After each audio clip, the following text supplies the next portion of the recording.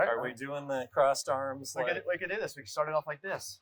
Okay, here we go. Okay. I'm actually going to volley this one back this time. It's all in the hips. You're confident.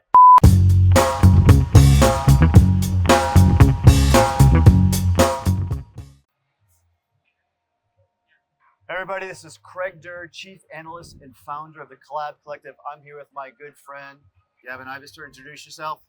Gavin Ivester, Senior Director of Design at CISCO for Collaboration Devices. And this is a paddle off. If you remember, I had a chance to talk to Gavin. At this point in time, it was June last year, right? We were in Oslo.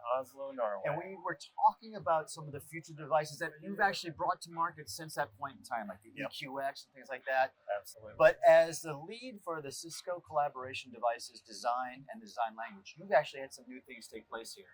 Yeah, I want to talk to you about. Yep. And I think we're gonna do this is over a game of ping pong. Yep. Okay, winner take all. We're gonna start this game, but I'm gonna ask you a question. Yeah. And if for some reason, I'll start with the volley. And if you miss it, you've got to answer my question honestly and sincerely. I'm gonna answer your question anyway. Ladies and gentlemen, let's get the game started. Okay.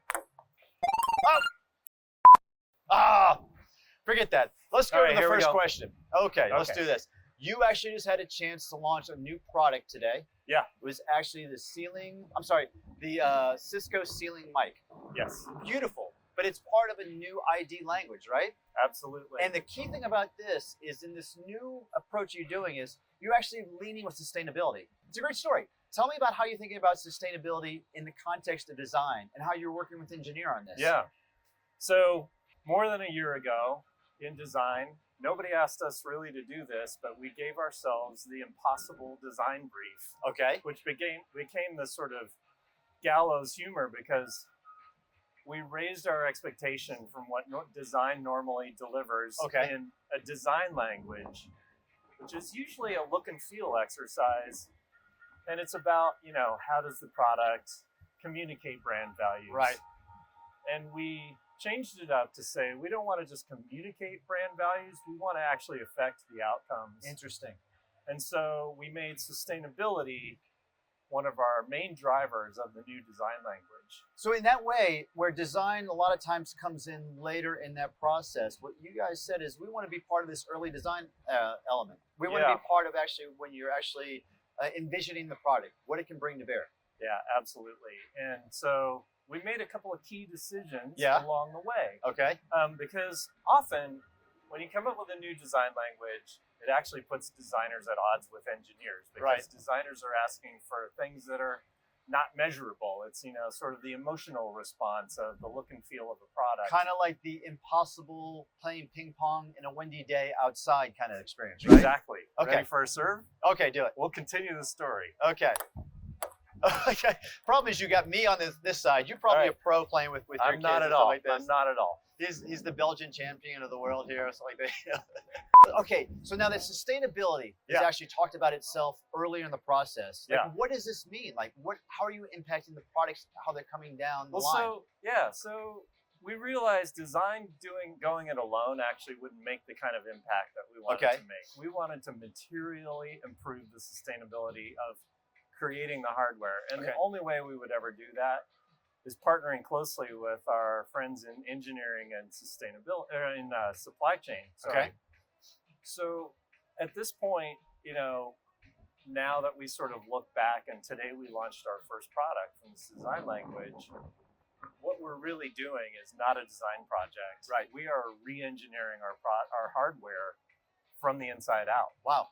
With sustainability as the number one. And I was talking to one of the product managers around the Ceiling Mic Pro. And for example, we're talking about less plastics. Yeah. We're talking about reusable parts across different models. Yeah. And it's even impacting packaging up front as well too. Yeah. What is this idea of getting things smaller that you guys have been advocating? So, the perfect question. So broadly, if you're trying to impact sustainability of hardware, anytime you can shrink it or make it lighter, you're probably moving in the right direction for that piece of hardware. Okay. But you're also generating these cascading benefits. So on Ceiling Mic Pro, our original prototype was about that big. Yeah. And we challenged ourselves, scientific, right? We challenged ourselves, though, across design and engineering, and the question was, could we make it smaller without touching performance? Wow. And this is the first mic of this sort that we've made, so we truly did not know the answer. We built smaller prototypes, tested them, and the answer was yes, we can make it smaller. Right. That means now it's smaller, it's less massive. The footprint of the actual microphone is less. Okay. But the packaging also gets to be 45% less volume. 45%. That was a great stat that you shared before. I love that. And actually, even in the packaging itself, you had some added benefits. No plastics, I think, in the packaging. Yeah, this is the first devices product where we've eliminated all the plastic from the packaging. Okay. Which turns out to be a lot harder than it sounds. I bet. But we got there. All right. More like impossible as it sounds. Let's try one more serve. Okay, here we go. Okay. I'm actually going to volley this one back this time. It's all in the hips. You're confident. Okay. Let's see. I am not a ping pong shark. I swear. Ready? Go. At least I got it over a little bit. Let's keep it going. All right, there it is. There. Hold on. All right. Ready. Well. Oh. Score. Wow. All right. This has me the ability to get my last question. Yes. You actually are now with the Ceiling Mic Pro debuting a design language. And the way you explained it to me is design language is what it encompasses the look, the feel, the aura, the purpose of a group of products. Yeah. You have a really interesting name for it. What is it called? Inevitable. Inevitable. You'll never really hear that anywhere else but here. No, it's our internal name for the design. But is there a story you could share behind that? Without talking about a future product. Ooh, future products. So that's the challenge to how to tell that story. On a particular future product, we wound up in an internal debate about how to join two parts. Yeah. And the design team was looking at adding a detail, as you do. Yeah. And when two parts come together, it's sort of an opportunity and a risk, because you can show off your precise assembly. Right. You also risk showing off any sort of inaccuracies or tolerance in the assembly process. So and there also winds up being a lot of waste if you don't meet those tolerances, right? A lot of opportunity. Well, you can have rejected product if things get too out of whack. And so solving this actually does have sustainability benefits, because you don't want to reject parts during the manufacturing process. So if yields go up, waste goes down, more sustainable. And so the decision we ended up making was these parts join in the most inevitable way. Okay. Which is there is no added detail. I love it. What that does is every assembly will look perfect, because there's no detail to give it away if the assembly is just a little bit off. So it makes the manufacturing process more forgiving.